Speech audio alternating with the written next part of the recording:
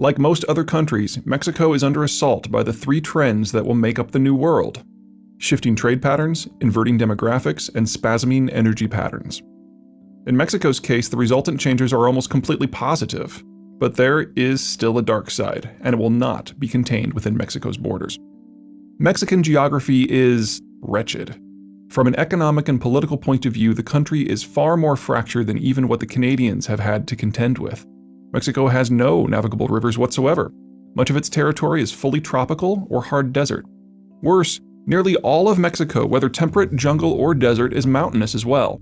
Jungles are the worst biome from an economic development point of view. The unrelenting heat and humidity of jungle territories provides an endless array of biological diversity, including an endless array of diseases and disease vectors. The seasonal frosts and freezes of temperate climes not only inhibit the spreads of various pathogens, but also tend to kill off the insects that carry them. People living in the tropics have no such luck. High heat and humidity exacts a constant toll on infrastructure from roads to buildings.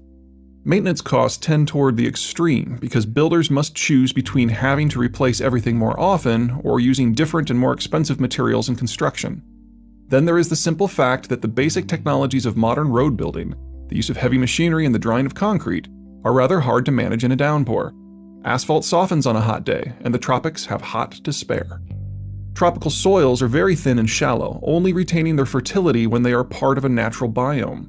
That fertility comes from the constant recycling of a jungle's myriad plant species, and the process of clearing land for agriculture guts the cycle.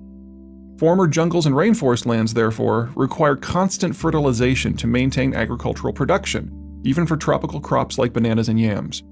And if surrounding jungle lands are not cleared as well, then heavy pesticide use is a must, raising costs further, even as water quality declines. Often the tropics boast higher annual production totals per acre than temperate climes, because the heat and sun of the tropics frequently support more than one crop cycle a year. But that increased output comes at the cost of radically increased inputs. So more foodstuffs, yes, but the overall production is generally among the least efficient in the world. There are very few places on Earth where those farming the former jungle are not mired in poverty, and Mexico is no exception. Counteracting the effects of its tropical climate is Mexico's first challenge. The Mexicans addressed this by going uphill. Higher elevation mitigates heat and humidity, soil fertility has higher potential, and the cooler temperatures and thinner air work against diseases and their vectors. Most of Mexico's population, and all but 4 of its major cities, are nestled in the multitude of plateaus, highland basins, and mountain valleys throughout the country's midsection, where the elevation lifts the land out of the tropics into a more temperate environment. But that simply replaces the tropical challenge with a mountain challenge. Mountains, by definition, don't sport large tracts of flat land.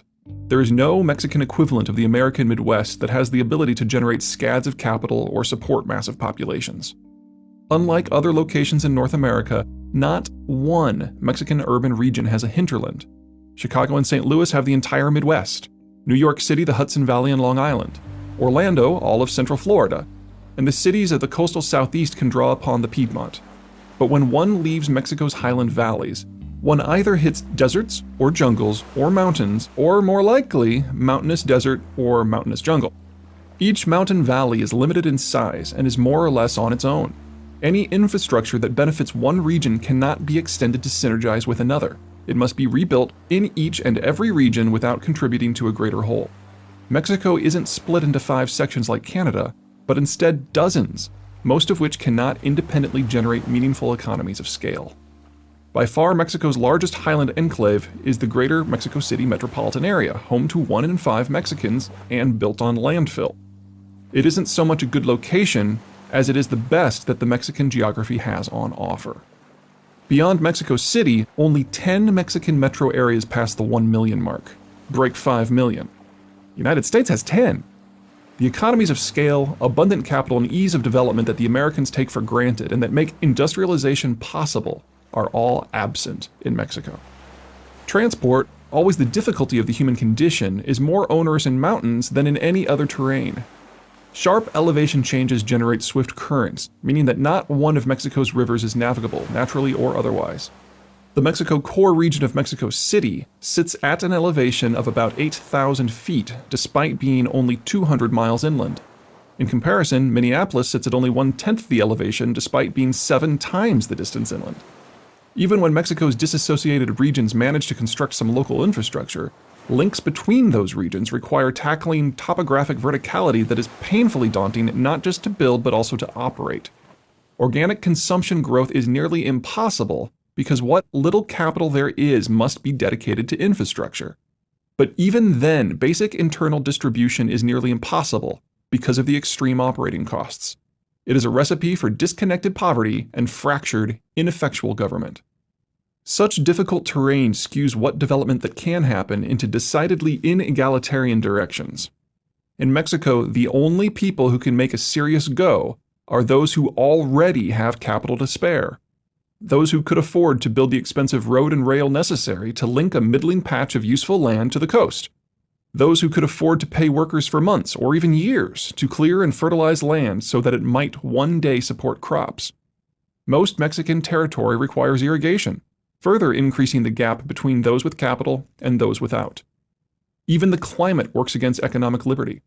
Tropical plantation crops like bananas and coffee require a great deal of capital to establish and a mammoth amount of unskilled labor throughout the crop's life cycles to tend, harvest, and ship. In comparison, temperate crops such as wheat, barley, and corn require little labor between planting and harvest, and the actual harvesting process is fairly light on labor. You can machine harvest or even scythe and thresh in pre-industrial times, a field of wheat in a very short period of time, but each bunch of bananas has to be harvested and carefully stored by hand. When an oligarch uses his money to build a road and a plantation and maybe even a port, that oligarch finds himself quite literally the ruler of all he sees. He has applied his wealth to make something out of nothing, and he is well aware that no one who works for him could have possibly done the same. He has little interest in sharing his investments with anyone else, even another oligarch. To do so would dilute the absolute economic and political power that he holds in his own personal fiefdom. Perhaps Mexico's biggest tragedy is that when, against very expensive odds, someone does manage to make a portion of Mexico functional, that someone has every interest in resisting contributing to a broader regional or national effort to replicate the success. To do so would jeopardize not only control over the sunk investment, but also the privileged economic and political position that comes with it. Whereas the United States was settled by the poor who became rich, Mexico was settled by the rich who commanded, and still command, the poor. These factors, low capital generation from a lack of cheap transport, high capital demand from infrastructure, limited land due to topography, a political and economic system geared towards regional jefes and their plantations, sharply limit the ability of the country to urbanize, much less industrialize. Mexico's capital scarcity and extreme capital needs mean that much of the money that will be used for infrastructure development will have to come from foreign sources. And in a quick logic chain threading from geography to population patterns to transport needs to debt markets, you now understand how Mexico's regular bouts of debt crisis are both endemic and inevitable. And then there is its government. Meaningful central authority has a prerequisite: the ability to reach all portions of the territory. Not only is that far from a given in Mexico, but much of what transport infrastructure exists is beholden to the needs of the oligarchs. Its use is not automatically available to the government. Making matters worse, the oligarchs have tended to develop the most useful patches of land. In Mexico's too dry mountainous north or its too wet mountainous south, there is little of economic interest and thus little oligarch activity and little infrastructure. Upwards of half of Mexican territory, concentrated in the far north and far south, exists in a sort of Hobbesian limbo, where anyone who wishes to exert sufficient resources can make his will a temporary reality. Mexico's borderlands are zones so lightly populated that local authorities cannot police them, and they have so little infrastructure that national authorities cannot reach them on a meaningful timescale. Even in periods of plenty, these areas will always be insufficiently patrolled and so will always be smuggling zones and can never be secured in the way that Americans define the term. In essence, Mexico lacks the geographic characteristics to be a successful state. Geography condemns it to be home to a poor, drastically unequal, underdeveloped society riven by regional and class-based cleavages that no degree of local investment or understanding can ever heal.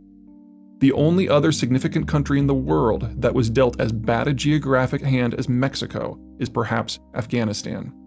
If not for a few lucky oil discoveries around 1900, Mexico would have likely faded into oblivion, long ago. But as wretched as Mexico seems from time to time, no serious observer would say that it is even remotely as bad as Afghanistan. The reason for that is quite simple. It is next to the United States, the global consuming superpower. Somewhat ironically, Mexico's weakness has become the key factor in ensuring its success. The sheer difference between the two countries' topographies, America's capital richness versus Mexico's capital poverty, America's ease of development versus Mexico's constant struggle, ensures that Mexican labor will always be both cheap and underutilized, making Mexican labor perennially attractive to anyone wanting to service America's nearly bottomless demand. In that differential lies the core of Mexico's economic success. In the next couple of decades, a shift of circumstances will turn Mexico from the United States' extremely junior partner to something significantly more. 4 factors are at work. 1. Chinese labor costs have skyrocketed. No country lost out to China's emergence onto the international scene as much as Mexico. Prior to China's joining the WTO in 2001, Mexico was the primary source of textiles and low-end manufactured goods to the United States. Despite China's many internal weaknesses, its ability to subsidize its inputs and outputs and marry them to low-cost labor in an environment of centralized political control allowed it to undercut countries like Mexico that relied on mid-cost labor and proximity. But those days are over. Leaving aside the issues of China's political stability, or lack thereof, ability to continue subsidizing its output, or lack thereof, and ability to manipulate the international economic system, or lack thereof, it has simply run out of cheap labor. Since 2002, Chinese labor has increased in cost by a factor of 6 to about $3 per hour. In relative terms, Chinese labor has increased from being 1/4 as expensive as Mexican labor to 1/4 more expensive. Considering that Mexico already has far superior transport access to the United States, and that there is a decades-old tradition of collaboration between American management and Mexican oligarchs, the numbers certainly are positioned for a labor cost-driven onshoring to Mexico. 2. American shale is supercharging the Mexican electricity system. Due to shale, the Americans have a massive glut in their natural gas system. Unlike crude oil, natural gas is, well, a gas, and the transportation of gases is difficult. There are only 2 means of getting it out of a supersaturated market. The first is to cool it into a liquid about -260 degrees Fahrenheit, and then ship it to someone who has the infrastructure capacity to safely return it to gaseous form. This liquefied natural gas, LNG, process is the only way to ship the stuff across an ocean. However, there are also many regulatory steps involved, and as recent energy politics in the United States have amply demonstrated, gaining national approval for a transnational energy infrastructure project is somewhat difficult, not to mention that freezing natural gas into liquid form is as expensive as it sounds. While dozens of projects have applied for regulatory approval, only a small handful have achieved the necessary permits at the local, state, and national levels, and construction has only begun on one. Cheniere's Sabine Pass facility began construction in 2013 and is expected to begin operations in 2016. That leaves a lot of shale natural gas stranded in the American interior, practically begging for a market. But one of the great open secrets of the American energy complex is that it is already legal to export natural gas so long as it is by pipe and so long as it goes to Mexico. As of the beginning of the shale boom, there were already 9 natural gas pipelines crossing the border, supplying Mexico with nearly 1/4 of its natural gas needs, about 1 billion cubic feet per day, BCFD. Since the shale boom, however, work has begun on 3 major corridors as well as expansions throughout the export system in order to marry the ultra-cheap American natural gas to the Mexican power network and labor market. Exports doubled to 2 BCFD between 2010 and 2013, but the real growth will come in 2016. At that point, several new trunk lines will begin operation, allowing the export of U.S. energy to heretofore unreached Mexican regions up to and including the Mexico City core. Mexican imports from the United States are expected to hit 10 times their 2010 levels. Nearly all of that natural gas is planned to be used for electricity generation. Chinese competition aside, the biggest hurdle that has faced Mexican industry in recent years is reliable power supplies.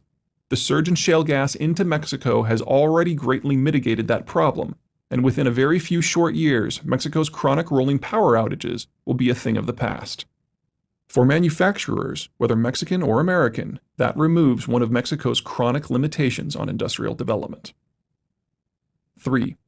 Mexican demography generates a large market and a larger labor pool. Mexico also has a young population. Normally, this would be somewhat of a problem for a country at Mexico's stage of development. A capital-shy demographic combined with a capital-shy geography could forever trap Mexico in underdevelopment. In fact, that has been the trap Mexico has lived in ever since independence. But the positive aspects of a young population still apply. Mexico's young adults are hungry for goods and property. They just need paychecks. Luckily, their large number proportional to the overall population keeps their labor costs low and keeps foreign entities eager to invest in Mexico for goods production. While those investors may have initially been interested in selling those goods into the American market, there is every reason to service the local population as well. Doubly so since Mexico's lack of ability to self-industrialize means that internal goods supplies are so limited. In the early years, the Americans took brutal advantage of this with the Santa Fe Trail. American manufacturers were shipped to Santa Fe, a Mexican city, in order to build economic dependency upon the United States throughout the areas we now think of as the American Southwest. At the time the Americans founded the trail, Mexico was still an imperial Spanish territory. When the Mexican-American War occurred just 35 years later, most of the sparsely populated territory was so deeply within the American economic and cultural orbit that its inhabitants assisted the American war effort. The result was the capture of what is contemporary California, New Mexico, and Arizona and their transformation into American territories. If anything, Mexican demographics are even more favorable toward consumption than they look at first glance. Mexico's current demographic profile also shows a characteristic somewhat different from the normal pyramid. About 25 years ago, coinciding with higher labor participation rates brought upon by NAFTA, Mexican families started to shrink in size. Not so much that Mexico started to undergo the demographic collapse we are seeing in Europe, or even the tightening that the Americans are experiencing, but enough to turn the bottom portion of Mexico's population pyramid into a chimney. Population chimneys certainly pose long-term challenges, as they will in time lead to smaller and much older populations. But even if the rate of decline in Mexican birth rates continues unabated for another 3 decades, this will not be a financial problem for the Mexicans until 2050. Until then, the country has an ever larger proportion of its population in the critical 20 to 39-year-old age group. That's the people who are most likely to move around Mexico in order to secure work, who are most likely to attract foreign investment to generate exports for the American market, who are most likely to attract foreign investment seeking to satisfy the local market, and the cohort who are most likely to consume and so generate local growth. The mere existence of this group is sure to generate strong, sustained consumption and foreign direct investment-led growth across Mexico. The clipping of the pyramid's base, which means that Mexico has fewer children than in years past, has one other impact.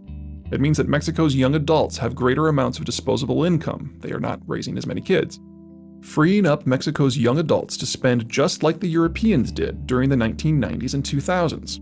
However, since the inward investment reaching Mexico is foreign-directed and pouring into infrastructure and industrial plant rather than simple credit, the Mexicans will walk out on the other side of this process being richer and not being in debt, rather than simply feeling richer and being in debt like the Southern Europeans. Collectively, this makes Mexico one of only a handful of countries in an increasingly demographically inverted world that can still rely upon domestically driven growth and channel foreign capital in a productive manner. 4. The drug war has improved Mexico's economic prospects. It is something of a grim irony that the drug war is perhaps the best thing that has happened to Mexico from an economic point of view. Now that requires a bit of explanation. Bear in mind that it is the differential between Mexican and American labor costs that provides Mexico with economic opportunities that its geography would otherwise deny it. That differential is the Mexican economy's lifeblood. Nothing pushes down Mexican labor costs, increasing the differential, like a drug war raging throughout the country. In fact, the more violent the war, the lower Mexican labor costs, and so the greater the Mexican-American differential and the more attractive Mexico becomes to foreign direct investment seeking an advantage in the American market. Obviously, the war's security challenges pose any number of problems, but the drug war is not raging everywhere. Mexican drug violence is deep and endemic, but it follows the conflicts of the politics of the cartel wars. Violence is only the rule where the cartels find themselves competing for the same transport routes and choke points, such as the plazas where they can smuggle drugs across the border into the United States. Outside of those danger zones, Mexico is just another developing country, and far from being random, its dangers can be planned for and mitigated. So long as the drug war rages, the economics of integration with the American market only improve. Taken together, this mix of local and regional geographies and local and global demographics turns Mexico from a basket case to a near best case. Because of Mexico's proximity to the United States, it is typically one of the world's top destinations for foreign direct investment, FDI, enabling Mexico to sidestep the very capital problem that will soon be gutting the vast bulk of the developing world. Put together, Mexico is poised to be the fastest growing economy in the world for the next generation. Portfolio investors, in contrast, find Mexico a frustrating, frightening, and even outright disgusting place to operate, because the oligarchs' territoriality persists in the financial space. Oligarchs control their own banks, which finance their own projects in the regions they control. If they should find themselves willing to reach out for extra capital, they are far more likely to attempt to partner with a foreigner who would then be beholden to their political, economic, social, labor, and land connections than they would be to seek a loan from an institution run by another oligarch. As such, Mexico's stock markets are woefully underdeveloped, and in part because of the country's sharp left-right divide, overregulated. Barring changes that to date the Mexican system has proven unable to contemplate, much less initiate, the future of foreign involvement in Mexico will be the same as the past. Direct investments in physical plant, infrastructure, and labor, and very little involvement in Mexican stock markets, bond markets, or banks. The nature of the border. Americans think of the border with Mexico as wild, untamed, lawless, a drug-ridden, post-apocalyptic wasteland. Considering the inability of the Mexican government to patrol, much less control, its borderland, there is some truth to the American concerns. But that image of the border ignores the depth of the economic and cultural relationship between the two countries. Even before one considers that Mexico is about to experience economic breakout, Mexico's proximity to the United States has not only landed it with the status of one of the world's major economies, but is about to make it America's greatest ever economic partner. Consider the following. As of 2014, the United States exports to Mexico over 2 billion cubic feet of natural gas and nearly 1 million BPD of refined fuels, while Mexico ships 1 million BPD of crude north. By 2020, American shipments of natural gas will at least quadruple, making it the largest bilateral energy relationship in human history. As of 2013, some $510 billion in goods were exchanged across the border, making Mexico the Americans' third largest trading partner, second largest with services included. Bilateral trade will likely increase to $650 billion by 2020, making it rival US-Canada trade for the largest bilateral economic relationship in human history. As of 2014, some 350 million legal border crossings were made. This already makes the border the most cross-border in human history before considering illegal crossings. Projections indicate that legal crossings will hit 500 million annually by 2020. Mexican failure leads to integration with the United States. Poverty, government corruption, drug-related violence, environmental catastrophe, and weak infrastructure all increase internal Mexican labor mobility and decrease Mexican labor costs. The bigger the labor cost differential with the United States, the more economic integration between Mexico and the United States. American success leads to integration with Mexico. Wealth, transparent government, improved local security, higher labor and health standards, and strong infrastructure all increase American consumption and American labor costs. Again, the bigger the labor cost differential with Mexico, the more economic integration between Mexico and the United States. Acceptance of these facts changes the nature of the internal American debates about Mexico. The problem isn't so much that the Americans can't decide if they want to integrate with Mexico or not. The Americans are already integrated with Mexico. The issue is that they haven't decided how to manage the relationship. Side effects of that as yet unsettled relationship are an illegal immigrant community of about 7 million Mexicans and another 1.5 million Central Americans. The Central American states of Honduras, Nicaragua, El Salvador, Belize, and Costa Rica are in essence Mexico without the greater Mexico City region. City-states cursed with a territory that is impossible to develop. Panama would be the same if it were not for the canal and drug smuggling money, providing regular financial infusions into an otherwise worthless topography. Plus the tens of billions of dollars of drugs that are smuggled into the United States. With issues of this size, it is worth spending a little time discussing the nature of the border, mostly because most of the mooted solutions that exist in the American political arena are at best doomed to fail, with most of them being counterproductive. Let's leave aside the above arguments about robust economic interaction and the fact that cultural integration is already well underway, with roughly 1/9 to 1/6 of U.S. citizens, it depends who is doing the math, identifying themselves as having roots in Mexico. Let's ignore all the economic arguments about how Mexican immigrants, legal or otherwise, do jobs that Americans don't want, limit inflation, and serve very real and positive roles in the American labor market. Let's ignore the moral and legal implications of expunging the United States' illegal communities. Let's focus on the border itself. I've already said that Mexico, even in the best of times, cannot secure the border. Well, neither can the United States. The US-Mexico border is roughly 2,000 miles long. 2,000 miles sounds like a significant distance. It isn't significant. It's massive. That is double the length of the European Cold War border, a border that could only be sealed by turning the broader region into a national security zone under military rule. There has also been no small amount of talk of being tougher on immigration. This ignores basic human nature. The US government is far more capable than Mexico's. Somewhat ironically, the American capacity to deport large volumes of people is part of the structural and organizational strength that so draws immigrants. Although I think it is obvious that the specific act of deportation isn't something that would-be immigrants are all that fond of. Even stronger illegal migration penalties would not have much of an impact. Mexicans and Central Americans are fleeing not just poverty, but also the insecurity of the drug war and various Central American juntas. So unless US policy is going to be to shoot people on sight in the border zone, the Departments of Immigration and Homeland Security just aren't capable of counter-intimidation of anything like the environments the would-be immigrants are running from. So if the border cannot be sealed, if the allure of the United States cannot be dampened, and if policy failures in Mexico will only enhance integration, the United States is simply stuck with a large illegal Mexican and Central American community.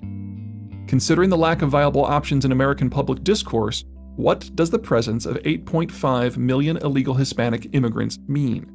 Most have probably heard about the horrors of the Mexican drug wars, where kidnappings, assassinations, mass murders, public body dumpings, and beheadings are regrettably all too common.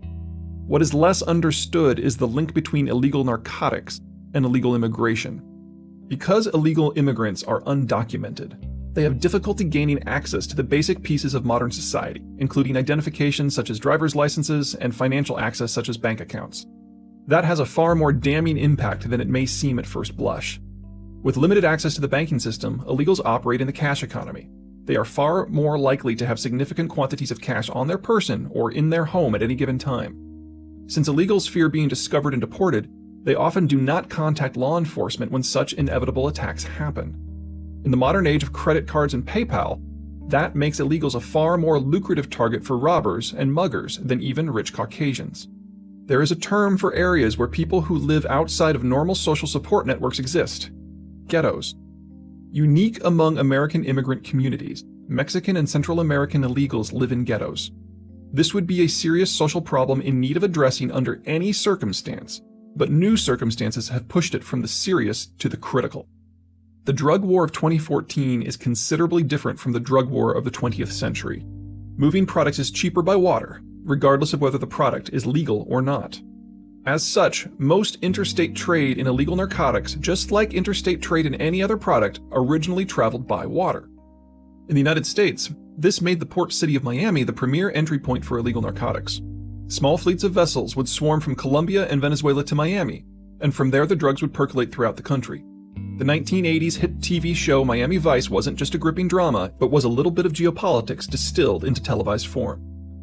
As a maritime power, however, maritime interception is something that the Americans are very good at.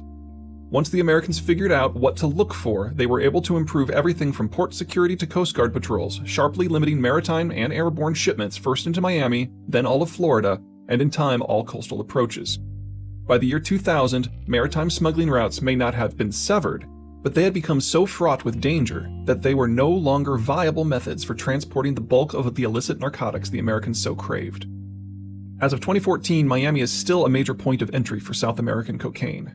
Most of it comes through Venezuela and up the Lesser Antilles chain to the Dominican Republic and Haiti before making the jump to Puerto Rico, a U.S. territory. But strong American and Cuban patrols, drug interdiction cooperation between the United States and Cuba is perhaps the highlight of the two countries' relations, prevent this flow from being more than small volumes smuggled in the holds of larger vessels or pleasure craft, resulting in much higher overhead costs and much lower volumes per shipment. This route is a faint shadow of what it used to be in its Miami Vice heyday. Long gone are the days where small vessels packed to the gills with cocaine could simply sail into Miami Harbor or land in or near the Everglades. Plenty of South American drugs are still shipped by water and air toward the United States, just not all the way to the United States. Most make landfall in Central America or southern Mexico before joining the cartel's landbound supply chains. But one of the quirks of narcotic economics is that the addicts at the point of sale are not particularly price sensitive. The American success at blocking maritime and air routes forced the drug flows into more expensive land routes. The sonar and low elevation radar that proved so effective at monitoring featureless water and keeping illicit shipments away from American shores proved largely useless at sealing the 2,000-mile-long U.S.-Mexican border. And so the drug flow shifted from Miami Vice to something else. One of the many reasons that water transport is so much cheaper is that it is so much less complicated. There are no middlemen in the ocean, no towns to navigate, no regulatory agencies that make their homes on the waves. You leave port, you sail, you can sail around anything you don't like the look of, you enter port, and that is it. On land, there are physical borders to cross. You must follow existing infrastructure. You must deal with local regulations, customs, and law enforcement at a plethora of stops along the way. But all this adds more than simply cost. It also ensures that the shippers become intimately involved in every aspect of their transport routes.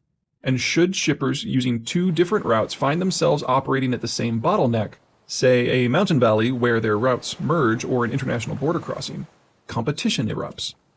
In the case of Mexico and drugs, these features generate two results. First, they drive up the cost of the cocaine that ultimately reaches the United States. While drug smugglers aren't exactly sticklers for filing statistical data, the Department of Justice estimates that the Mexican land portion of the cocaine smuggling routes adds about $10,000 to the cost of a kilo of cocaine, about $10 a gram, as compared to 1980s seaborne routes. That is a lot of money being used to employ, corrupt, bribe, and/or heavily arm a great many people across the length and breadth of Mexico's many smuggling byways. The landbound nature of the smuggling routes introduces so many increases to the price of cocaine that it is all but inevitable that large, well-funded organizations will arise from the trade. Best guess is that the Mexican portion of the drug supply chain has an annual turnover in excess of $60 billion, roughly 4 to 5% of Mexico's legal GDP. For comparison, the U.S. automotive industry comprises about 1.2% of U.S. GDP. The total sales of Walmart, America's largest corporation, are about 2.5%. Second, it also guarantees that these well-connected, well-funded organizations have a lot to fight over. We know that competition as the Mexican drug war or the cartel wars. It pits the various cartels against one another, battling for control of key nodes throughout northern and southern Mexico, up to and including the major border crossings to the United States. Not just the drug war, but the very existence of the cartels themselves would have been impossible if American success in blocking maritime drug shipments had not forced the drug flows inland. A generation after Miami Vice, the cartels are doing what any major corporation that controls neither the source nor destination of its product would do: diversify. First, diversify horizontally into similar industries in which their assets and skill sets are applicable. Things like robberies, cargo theft, and kidnappings are all now in the cartel's collective portfolio. Most notably, marijuana production and smuggling in Mexico were not part of most of the cartel's initial prerogatives. Now they are. Second, diversify up the supply chain to take over direct control of drug production. Third, and most relevant to this discussion, the cartels are expanding down the supply chain. Long ago, the cartels mastered the craft of border crossings. Now they have taken the next logical steps and are getting into retail distribution in the major American cocaine and marijuana distribution hubs. Obviously, border communities such as San Diego, El Paso, and Brownsville were the first targeted, but the cartels are also painfully active in places as far from the border as New York City. A particularly aggressive effort is even underway in British Columbia to seize control of the Canadian province's marijuana network from the Hells Angels. The cartels have also been very successful in utilizing American public lands, especially in the California state and national park system, to grow marijuana in large quantities closer to market. Wherever the cartels go, they come into competition with local American crime networks, oftentimes intercity gangs, for control of the local distribution systems. But while the premeditated violence of America's local inner-city gangs is no joke, it pales compared to the casual violence of the transnational drug groups that were forged in the culture of the Mexican cartel wars. Add in superior weapons, weapons training, and control over the actual supply of the narcotics, and the Mexicans are rapidly overwhelming and in some cases co-opting their former American sales affiliates. Finally, there is the illegal immigration nexus. The cartels have found in each major American city one additional, critical ingredient that has allowed them to put down roots deeper and spread faster than they could in South America or even among their own countrymen: America's Hispanic ghettos. The American method for managing its illegal population has created a large community in each major city that lives outside the protection of local law enforcement and financial monitoring. The cops' patrols are less effective without the illegals' active participation. The Fed has no bank data to work from. The illegals speak the same language and often come from the same country as the cartel's frontmen.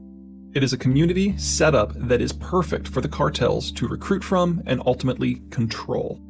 As with the value of drugs, data as to the size of cartel penetration into the United States is somewhat limited, but the Department of Justice estimates that as of 2013, the cartels are already active in over 1,000 U.S. municipalities that include multitudes of communities in the greater Los Angeles, Dallas-Fort Worth, Houston, Atlanta, Kansas City, Denver, Chicago, Detroit, and Baltimore metro regions. The cartel's expansion into the United States proper is still in its early stages, so at present their conflicts with American gangs are being swallowed up by the normal noise of gang-on-gang violence. But in the not-too-distant future, the cartels will have easily won those battles. And if the cartels are willing to go to war with each other for transport routes through Mexico, it is difficult to imagine that they'll pull punches when attempting to secure the cash cow of American demand from each other. The Mexican drug war has already expanded north of the border. It is no longer a question of prevention, but mitigation. I normally hesitate to suggest any courses of action. Geopolitical and demographic forces are so rooted in the unchangeable that political action often generates little but noise. But in this case, a course of action does present itself. Border security is, at best, a painfully expensive patch. The answer, I think, lies in legalization. Not of drugs, but of immigration. What studies I've examined indicate that legalizing illegal drugs is probably a financial wash. In most studies, any money saved in terms of law enforcement would most likely be lost in terms of higher healthcare costs and lost worker productivity. Additionally, most studies assume that a legal market for narcotics would eliminate the illegal market. Unfortunately, any legal regulated drug distribution system will have end costs higher than the black market, all but guaranteeing the black market's parallel existence, mitigating any cost savings. For soft drugs like marijuana, legalization might be a break-even proposition. But for hard drugs like cocaine, legalization would cause more problems, financial and otherwise, than it would solve. As regards the cartels, legalization provides some interesting possibilities.